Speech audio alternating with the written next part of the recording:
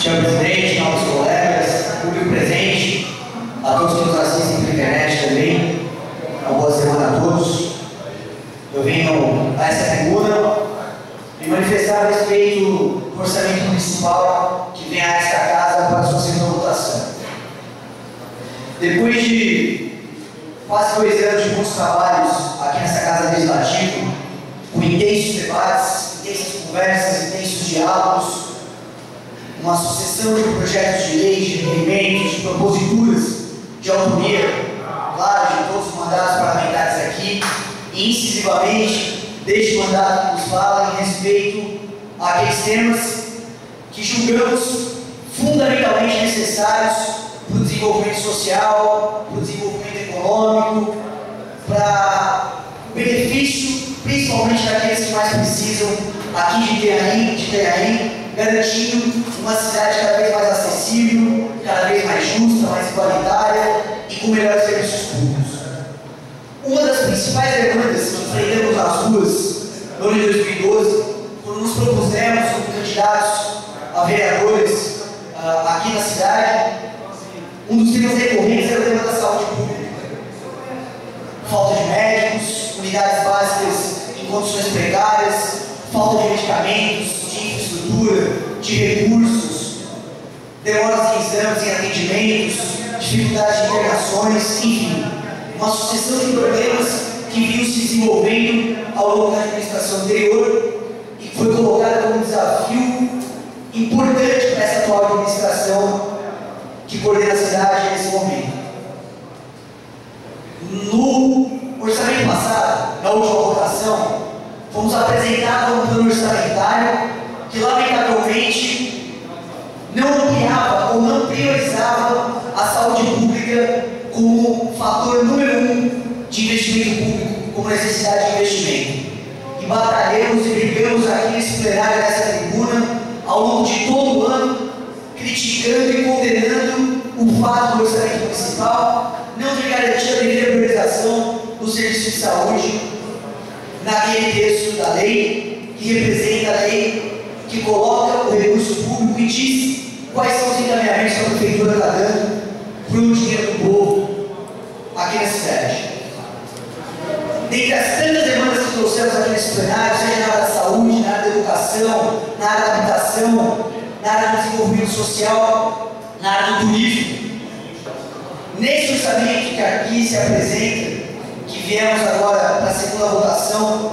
representando a última sessão ordinária desse ano, uma demanda foi atendida com clareza. Dessa vez, pelo menos, a saúde pública foi dada uma atenção maior do que em relação às obras de pavimentações ou serviços de urbanismo, que são fundamentais para a atividade das pessoas, principalmente das pessoas que vivem na periferia. Mas claro, que quando as pessoas enfrentam um sistema único de saúde, a demanda primeira é um atendimento digno, é a salvação das vidas que tem aqui na cidade. E por isso a importância da colocação dos recursos da saúde pública em tom de priorização aqui na cidade. Não obstante isso tenha sido atendido no corpo dessa lei que vem ao plenário hoje, o conjunto das decisões tomadas pelo governo municipal, a alocação dos recursos, ainda não garante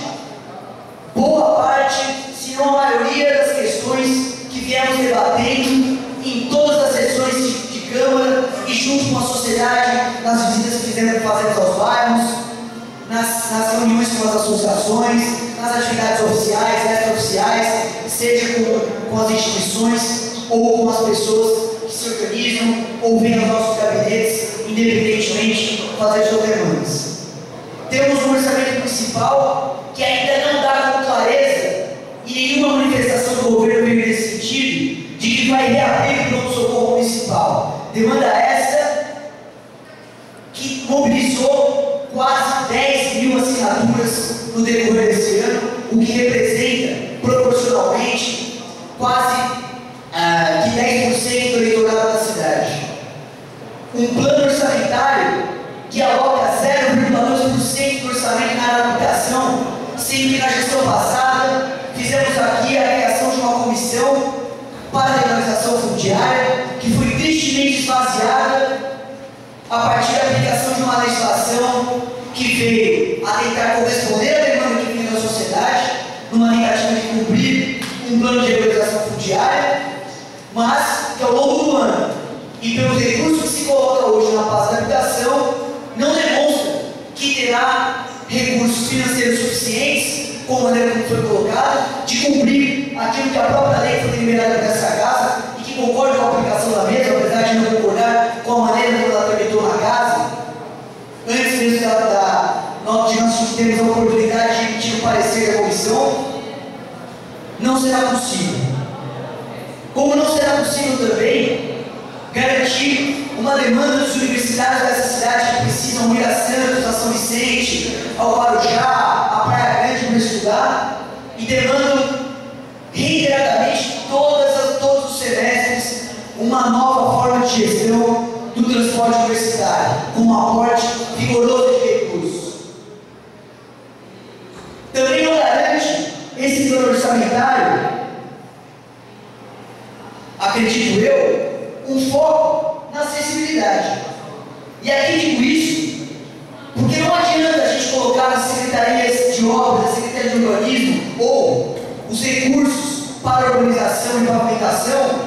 sendo que as obras que o município aplica na cidade, que a prefeitura municipal aplica na cidade, inclusive as novas que hoje estão sendo colocadas no calçamento do centro municipal, não tenham rampa de acessibilidade. Como pode uma prefeitura que gasta milhões no projeto de urbanização da orla não observar que as calçadas precisam de acesso aos cadeirantes? Ontem mesmo, encaminhada pela parte já iniciada da obra, tivemos o triste flagrante de uma senhora tentando subir a calçada recém-construída por essa prefeitura. Não adianta termos um plano sanitário, é o que eu quero dizer, que coloca no seu texto ou no seu corpo a priorização de setores importantes e coloca recursos focados em determinadas áreas, mas esses recursos não se desdobram, não se refletem na melhoria real da aplicação do dinheiro do povo e na melhoria da qualidade de vida da nossa população. Isso se coloca de maneira triste quando vemos, por exemplo, que mesmo gastando mais de 30% do orçamento em educação, ainda temos problemas importantes a serem superados, como a terceirização e a quarteirização dos serviços na área da educação e também da saúde.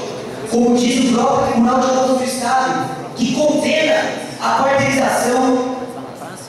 de serviços na área de saúde, colocando a prefeitura como tem que se responder pela má gestão do recurso público. Não sou eu que estou falando, não é o mandato de oposição apenas falando. Quem está falando são os órgãos fiscalizadores que essa Câmara Municipal, pelo menos na figura deste mandato que nos fala, tem um compromisso importante em prezar para que o nosso recurso ele seja aplicado, não apenas nas áreas que desejamos, que consideramos importantes, como saúde e educação, mas que elas se reflitam em investimentos que não escolhem o dinheiro público, que não deixem vazar o dinheiro público em contratos mal amarrados com entidades terceirizadas ou quarteirizadas. E aqui eu coloco o problema da terceirização da merenda escolar, da terceirização e quarteirização do transporte escolar. Eu coloco aqui um problema de setores como o material escolar, material didático, os colocados milionários, materiais didáticos de qualidade questionável, como também coloco a questão dos computadores ofertados pela prefeitura para uso dos professores,